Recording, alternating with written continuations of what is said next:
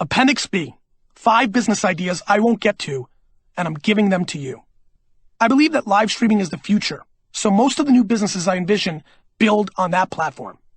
Here are a few that I will unfortunately not be able to get around to, even though I want to and I think have tremendous potential. See what you can do with them.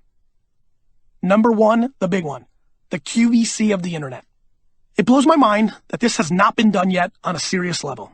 Ustream.tv and Justin.tv, livestreaming.com are free platforms that replicate live television. They provide the perfect opportunity for a great salesperson to start an efficient online QVC type show.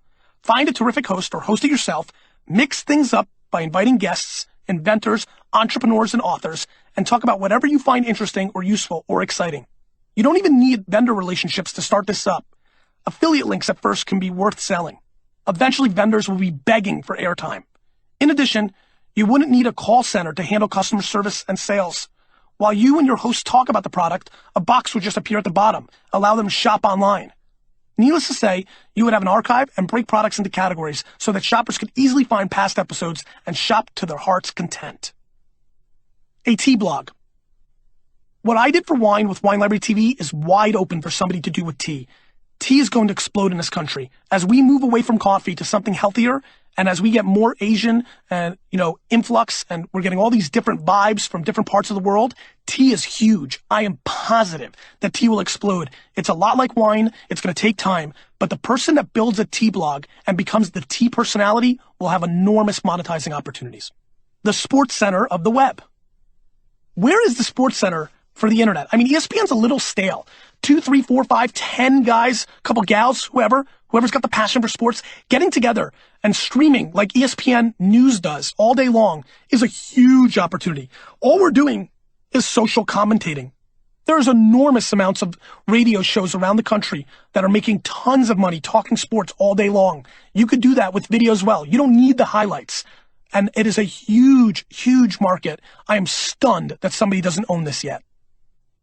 Online book reviews. This one has my panties in a bunch. Are you an independent bookstore crying about Amazon? Just crying about how we can't compete on price?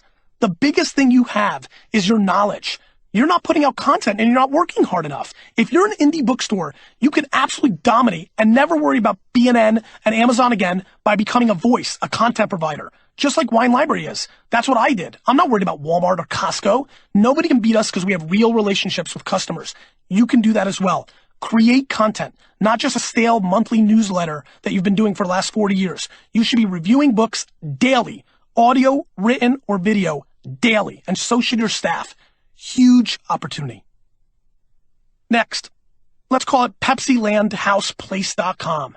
What I mean by this is that brands need to create one-off websites where they can have more flexibility, don't have to live under the corporate website, and can do amazing call to actions, giveaways, games, and fun for their consumers. One-off destination websites are very attractive.